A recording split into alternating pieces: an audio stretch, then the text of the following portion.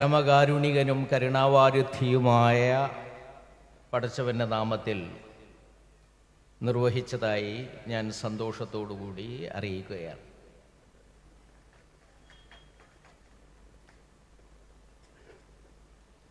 ഞാൻ പറഞ്ഞല്ലോ, വാരിയംകുന്നത്ത് ൻ്റെ പേരിലാണ് ഈ ഹാളുള്ളത്. അദ്ദേഹവും ഒരു ചെറുത്തുനിൽപ്പിൻ്റെ പ്രതീകമായിരുന്നു. നിങ്ങൾ എൻ്റെ കണ്ണ് കെട്ടണ്ട,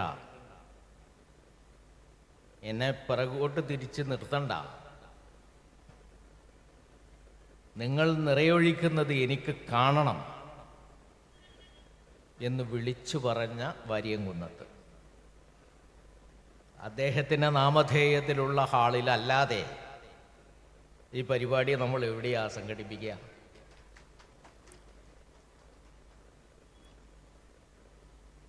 നമ്മൾ ഐക്യദാർഢ്യം പ്രകടിപ്പിക്കുന്നത് 77 വർഷം നീണ്ടുനിന്ന അധിനിവേശത്തിനെതിരെ ചെറുത്തുനിന്ന, പോരാടി നിന്ന ഒരു സമൂഹത്തോടാണ്. 77 വർഷം, അത് ചില്ലറയല്ലത്. അതിൻ്റെ അവസാനത്തെ 633 ദിവസമുണ്ട്. ആ 633 ദിവസം ഈ ചരിത്രത്തിൻ്റെ ചെറുത്തുനിൽപ്പിൻ്റെ അവസാനമാണ് എന്ന് നമ്മളാരും വിചാരിക്കുന്നില്ല. ആ 633 ദിവസം 633 അല്ല, 733 ദിവസം ചെറുത്തുനിൽപ്പിൻ്റെ അവസാനമല്ല. പക്ഷേ ആ 733 ദിവസത്തിന്, അല്ലെങ്കിൽ അവസാനത്തെ 2 വർഷത്തിന് ചില സവിശേഷതകളുണ്ട്. അതെന്താന്ന് വെച്ചാൽ, ലോകം മുഴുവൻ ഫലസ്തീനിലേക്ക് ഇമവെട്ടാതെ നോക്കി നിന്ന 2 വർഷങ്ങളാണ്. നമ്മളൊക്കെ തന്നെ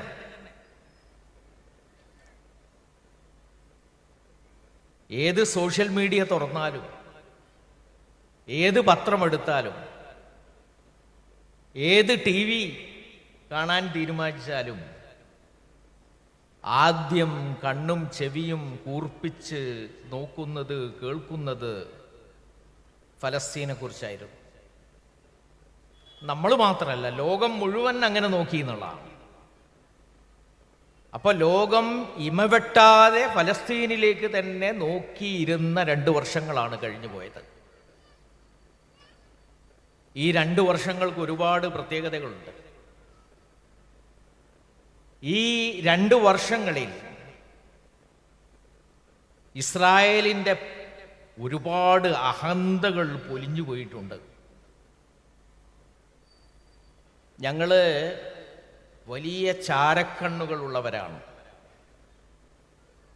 ഞങ്ങളുടെ സർവേലൻസിൽ നിന്ന് ആർക്കും രക്ഷപ്പെടാൻ കഴിയില്ല. സർവേലൻസിൻ്റെ സാങ്കേതിക വിദ്യ, സോഫ്റ്റ്വെയറും ഹാർഡ്വെയറും ലോകത്തിന് മുഴുവൻ സപ്ലൈ ചെയ്യുന്നവരാണ് ഞങ്ങൾ. ഞങ്ങളുടെ സർവേലൻസ് ലോകോത്തരമാണ്, ലോകത്തെ മുഴുവൻ കീഴടക്കുന്നതാണ് എന്നുള്ള അഹന്തക്കേറ്റ ഏറ്റവും വലിയ അടിയായിരുന്നു ഈ 2 വർഷങ്ങളും. ഒക്ടോബർ 7, 2023 നേരം പുലർന്നപ്പോൾ തന്നെ ലോകം അത് മനസ്സിലാക്കി. കയ്യിലൊന്നുമില്ലാത്ത ഗസയിലെ ഖസ്സാമിൻ്റെ പ്രവർത്തകർ ഇരച്ചു കയറുകയാണ്. 1200 ആളുകളെ പിടിച്ചു കൊണ്ടുവരികയാണ്. പകച്ചു നിൽക്കാനേ കഴിഞ്ഞുള്ളൂ. എന്ത് ചെയ്യണമെന്നാലോചിക്കാൻ തന്നെ മണിക്കൂറുകൾ എടുത്തു. അവിടുന്ന് അങ്ങോട്ട് തുടങ്ങി ഏറ്റവും അവസാനമായി ഖത്തറിലേക്ക്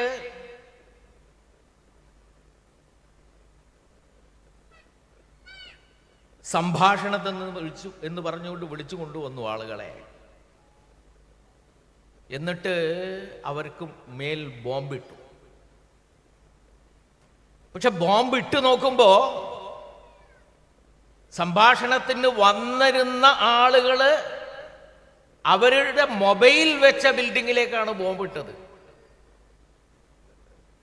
പക്ഷേ സംഭാഷണത്തിൽ എത്തിയവർ ഇത് മനസ്സിലാക്കിക്കൊണ്ട് വേറെ ഒരു ബിൽഡിങ്ങിൽ സുഖമായിട്ട് താമസിച്ചുകൊണ്ടിരിക്കുകയായിരുന്നു. ആ ആളുകൾ തന്നെയാണ് ഇപ്പൊ നടന്ന കരാറിന്റെ രേഖകൾ പരിശോധിക്കാനും അതിന് പ്രതികരണങ്ങൾ തയ്യാറാക്കാനും യോഗം കൂടിക്കൊണ്ടിരുന്നത്. ഞാൻ പറഞ്ഞു വന്നത് എന്താന്ന് വെച്ചാല് 2023 ഒക്ടോബർ 7 മുതൽ 2025 ഒക്ടോബർ 7 വരെയുള്ള ദിവസങ്ങളിൽ അവരുടെ സർവൈലൻസിന്റെയും ചാരക്കണ്ണുകളുടെയും അഹന്ത എരിഞ്ഞടങ്ങിയ ദിവസങ്ങളാണ്. ആ ചാരക്കണ്ണുകളും സൈന്യവും അവരുടെ മുഴുവൻ സംവിധാനങ്ങളും ഉണ്ടായിട്ടും അവസാനം അവശേഷിക്കുന്ന ആളുകളെ വിട്ടുതരൂ, 220 പേരെ തന്നാൽ ഞങ്ങൾ 2000 പേരെ തരാമെന്ന് പറയുന്ന അതിലൂടെയാണ് എത്രമാത്രം ഭയാനകമായ രൂപത്തിലാണ് അവരാ പ്രശ്നത്തെ അഭിമുഖീകരിച്ചത് എന്ന് മനസ്സിലാക്കാൻ കഴിയുക. ഈ 2 വർഷങ്ങളും ഇസ്രായേലിൻ്റെ ക്രൂരത ജനങ്ങളുടെ ശ്രദ്ധയിൽ വന്ന 2 വർഷങ്ങളാണ്. സ്ത്രീകളെയും കുട്ടികളെയും കൊന്നൊടുക്കുക, ഗർഭിണികളെ കൊന്നൊടുക്കുക, ആശുപത്രിയിലുള്ള നവജാത ശിശുക്കളെ കൊന്നൊടുക്കുക, അവരെ ചികിത്സിച്ചുകൊണ്ടിരിക്കുന്ന ഡോക്ടർമാരെ കൊന്നൊടുക്കുക, മീഡിയ പ്രവർത്തകരെ കൊന്നൊടുക്കുക. ഇങ്ങനെ സമൂഹത്തിൽ ഒരിക്കലും കൈവെക്കാൻ പാടില്ലാത്ത ആളുകളെ ക്രൂരമായി കൊന്നൊടുക്കുന്നതിലൂടെ യഥാർത്ഥത്തിൽ ഇസ്രായേലിയർ എന്താണ് എന്ന് മനസ്സിലാക്കാൻ അത് സഹായകമായി. ആ രാഷ്ട്രത്തിൻ്റെ തനിമ ആളുകൾക്ക് ബോധ്യപ്പെട്ടു. വിശപ്പ് എന്നത് വംശഹത്യയുടെ ആയുധമാക്കി തീർക്കുന്നതാണ് നമ്മൾ കണ്ടത്.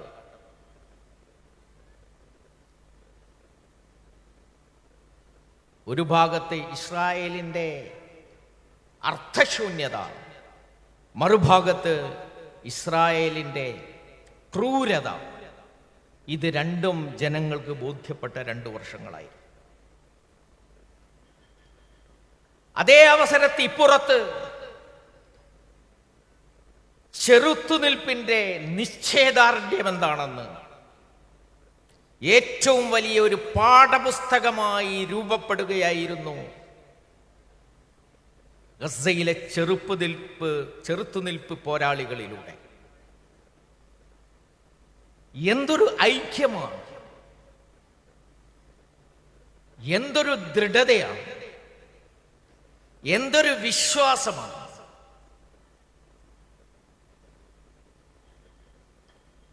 അത്ഭുതപ്പെടുത്തുന്നതാണ്. ലോകം കണ്ണിമ വെട്ടാതെ നോക്കി നിന്നത് അതാണ്.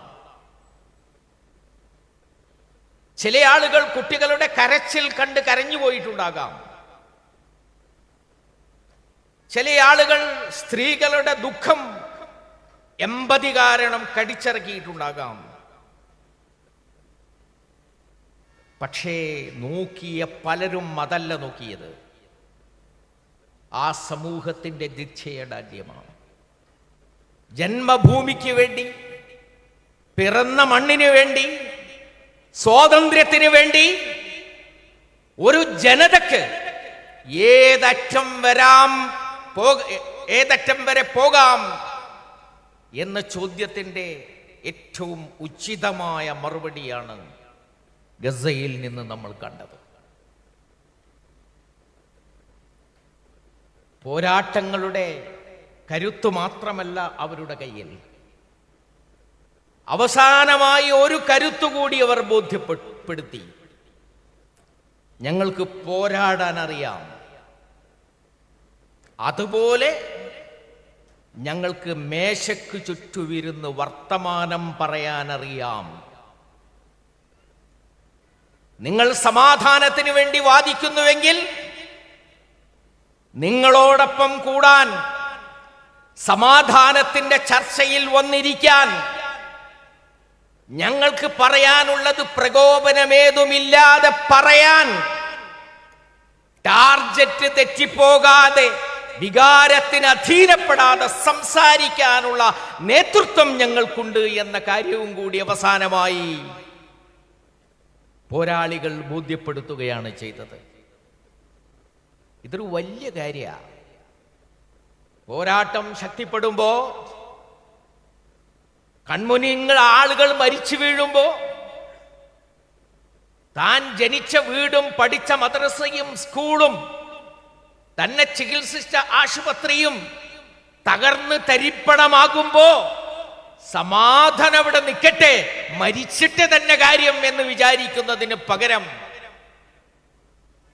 മരിക്കലല്ല ഞങ്ങളുടെ ലക്ഷ്യം, ഞങ്ങൾ മരിക്കാൻ വന്നവരല്ല, ഞങ്ങൾ സ്വാതന്ത്ര്യം വാങ്ങാൻ വന്നവരാണ്.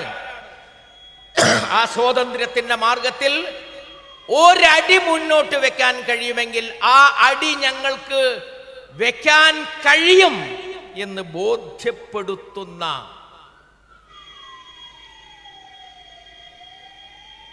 സംഭാഷകരായി ആ ലീഡർഷിപ്പ് മാറുകയാണ്. എന്നെ ഏറ്റവും അത്ഭുതപ്പെടുത്തിയ ഒരു കാര്യമാണത്. അവരുടെ 1-ാം നമ്പർ നേതാക്കന്മാർ പോയി, രക്തസാക്ഷികളായി. 2-ാം നമ്പർ നേതാക്കന്മാർ രക്തസാക്ഷികളായി. 3-ാം ലെവലിലുള്ള ആളുകളാണ് ഇപ്പോൾ ലീഡർഷിപ്പിലുള്ളത്. ആ ലീഡർഷിപ്പിലുള്ളവർ ഇത്ര നിശ്ചയദാർഢ്യവും ആത്മധൈര്യവും ആത്മസംയമനവും ഉൾക്കൊള്ളുന്നു എന്നുള്ളത് യഥാർത്ഥത്തിൽ തന്നെ എന്നെ അത്ഭുതപ്പെടുത്തിയ ഒരു കാര്യമാണ്. ഇനി ഒരുപാട് കാര്യങ്ങളുണ്ട്. പ്രസംഗകർ ഇവിടെ നിരന്നിരിക്കുകയാണ്, അവരതിനെ കുറിച്ചൊക്കെ പറയും. ഞാൻ അവസാനമായി ഒരു കാര്യം കൂടി പറഞ്ഞ് അവസാനിപ്പിക്കുകയാണ്. ഇപ്പോ സമാധാന കരാറുണ്ടായല്ലോ. ഇപ്പോ സമാധാന കരാറ് നിലവിൽ വന്നിരിക്കുകയാണ്. ആശ്വാസകരം എന്ന് നമുക്ക് പറയാം. ആശ്വാസകരമാണ് പറഞ്ഞാൽ ചിലപ്പോൾ വെടിനിർത്തൽ ഉണ്ടായെന്നിരിക്കും, അവിടേക്ക് കുറച്ച് ഭക്ഷണ പദാർത്ഥങ്ങൾ എത്തിയെന്നിരിക്കും, ചിലപ്പോൾ ആളുകൾക്ക് പുറത്തിറങ്ങി നടക്കാനും സ്കൂളിൽ പോകാനും ചികിത്സിക്കാനും പത്രങ്ങൾ വായിക്കാനും മീഡിയ കാണാനും ഒക്കെ ഉള്ള അവസരങ്ങൾ ഉണ്ടായി എന്നിരിക്കും. ഒരു സാധാരണഗതിയിലേക്ക് മാറി എന്നിരിക്കും. പക്ഷേ അതിനെ ഗസക്കാരോ ഫലസ്തീൻകാരോ പ്രശ്നത്തിന്റെ പരിഹാരമായി കാണുന്നില്ല. അവർക്ക് വേണ്ടത് സ്വാതന്ത്ര്യം തന്നെയാണ്. ലോകത്തിന്റെ ഉത്തരവാദിത്തം അവർക്ക് സ്വാതന്ത്ര്യം വാങ്ങിക്കൊടുക്കലാണ്. വെടിനിർത്തലല്ല ലോകത്തിന്റെ ഉത്തരവാദിത്തം. ലോകത്തിന്റെ ഉത്തരവാദിത്തം 77 കൊല്ലം സ്വാതന്ത്ര്യ സമര പോരാട്ടം കൊണ്ടുപോയിട്ടുള്ള ഒരു ജനതയ്ക്ക് അവർക്ക് സ്വാതന്ത്ര്യം വാങ്ങിക്കൊടുക്കുക എന്നതും അധിനിവേശ ശക്തികളെ അവിടെ നിന്ന് തുരത്തുക എന്നതുമാണ്. 77 വർഷം മുമ്പ് ചെയ്ത തെറ്റ് തിരുത്താതെ ഫലസ്തീൻ പ്രശ്നം പരിഹരിച്ചു എന്ന് നമുക്ക് പറയാൻ കഴിയുകയില്ല. ഇപ്പോഴുണ്ടായിട്ടുള്ളത് ആശ്വാസകരമായ ഒരു സമീപനം മാത്രമാണ്. ഇസ്രായേലിന്റെ ചരിത്രമെടുത്ത് പരിശോധിച്ചു നോക്കിയാൽ എല്ലാ കരാറുകളും ലംഘിച്ച ചരിത്രമാണ് അവർക്കുള്ളത്. UN-ന്റെ എല്ലാ പ്രമേയങ്ങളും കാറ്റിൽ പറത്തിയ ചരിത്രമാണ് അവർക്കുള്ളത്. ആ ചരിത്രം മുന്നിൽ വെച്ചുകൊണ്ട് ഈ കരാർ ഒരു ആശ്വാസത്തിന്റെ ശ്രമം എന്നതിലപ്പുറം, അവർക്കുള്ള ആശ്വാസത്തിന്റെ ശ്രമം എന്നതിനപ്പുറം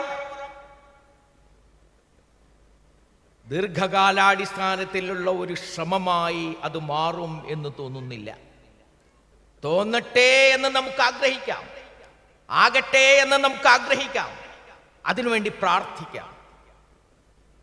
പക്ഷേ അങ്ങനെ ഒരു സ്വാതന്ത്ര്യം ഫലസ്തീനികൾക്ക് ലഭിക്കണമെങ്കിൽ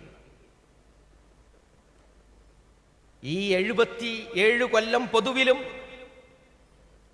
733 ദിവസം പ്രത്യേകിച്ചും നിഷ്പ്രഭമായി പോയ അപ്രസക്തമായ